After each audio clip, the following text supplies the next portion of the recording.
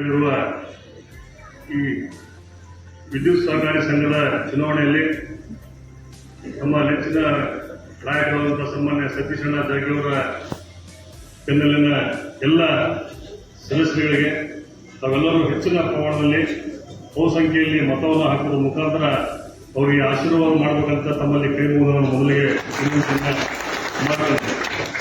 ಅವರಿಗೆ ಯಾಕೆ ಮಾಡಬೇಕು ಅನ್ನುವಂಥದ್ರ ಬಗ್ಗೆ ಎರಡೇ ಮಾತಿನಲ್ಲಿ ನಾನು ಹೇಳಕ್ಕೆ ಇಷ್ಟಪಡ್ತೇನೆ. ಸನ್ಮಾನ್ಯ ಸತೀಶಣ್ಣ ಜಾರಕಿಹೊಳಿ ಅವರು ಈ ಚುನಾವಣೆಯಲ್ಲಿ ಕೈ ಹಾಕಿದಾರೆ ಸುಮ್ಮನೆ ಕೈ ಹಾಕಿರಲಿಲ್ಲ. ಅದರ ಬಹಳಷ್ಟು ದೂರದೃಷ್ಟಿಯನ್ನು ಇಟ್ಕೊಂಡು ಇದಕ್ಕೆ ಕೈ ಹಾಕಿದ್ದಾರೆ ಅಂತ ನನ್ನ ಭಾವನೆ. ಯಾಕಂದ್ರೆ ಪ್ರತಿಯೊಂದು ಕ್ಷೇತ್ರದಲ್ಲಿ ಅವರು ಮಾಡುವಂತ ಕಾರ್ಯ ಬಹಳಷ್ಟು ಪ್ರತಿಯೊಬ್ಬರಿಗೂ ಮನಮುಟ್ಟುವಂತ ಕೆಲಸವನ್ನು ಅವರು ಮಾಡ್ತಾ ಬರ್ತಾ ಇದ್ದಾರೆ.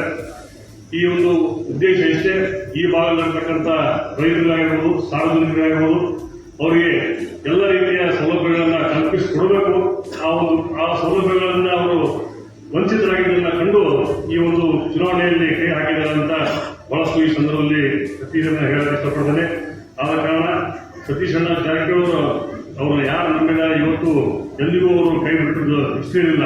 ಅದಕ್ಕೆ ಉದಾಹರಣೆ ನಾನು ಒಬ್ಬ ಸಾಮಾನ್ಯ ಕಾರ್ಯಕರ್ತನಾಗಿ ಇದ್ದಂಥ ಸಂದರ್ಭದಲ್ಲಿ ನನ್ನನ್ನು ಗುರುತಿಸಿ ಅವರ ಒಂದು ಬಣದಲ್ಲಿ ನನ್ನ ಒಂದು ಹೆಸರನ್ನ ಮಾಡಿ ನನಗೆ ಟಿಕೆಟ್ ಅನ್ನ ಕೊಡಿಸಿ ನನಗೆ ಆಶೀರ್ವಾದವನ್ನು ಮಾಡಿದಂತಹ ಏಕೈಕ ವ್ಯಕ್ತಿ ಯಾರಿದ್ರೆ ಅದು ಸನ್ಮಾನ್ಯ ಸತೀಶಣ್ಣ ಜಾರಕಿಹೊಳಿ ಬಹಳಷ್ಟು ಹೆಮ್ಮೆಯಿಂದ ಶಾಸಕನಾಗಿ ಇವರು ನಿಂತಿದ್ದಾರೆ.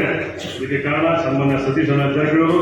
ಅದೇ ರೀತಿ ನಮ್ಮೆಲ್ಲ ಈ ಜಾರಕಿಹೊಳಿ ಕುಟುಂಬದ ಎಲ್ಲ ಸದಸ್ಯರು ನಮಗೆ ಬಹಳಷ್ಟು ಸಹಕಾರವನ್ನು ನೀಡಿದ, ಯಾವುದೇ ಒಂದು ಜಾತಿ ಭೇದ ಪಂಥ ಇಲ್ಲದೆ ಇವತ್ತು ಬ್ರಾಹ್ಮಣ ಸಮುದಾಯದ ವ್ಯಕ್ತಿಯಾಗಿ ನನಗೆ ಒಂದು BDCC ಬ್ಯಾಂಕ್ನಲ್ಲಿ ಕೂಡ ಒಂದು ಅವಕಾಶವನ್ನು ಮಾಡಿಕೊಡ್ತಾ ಇದ್ದಾರೆ.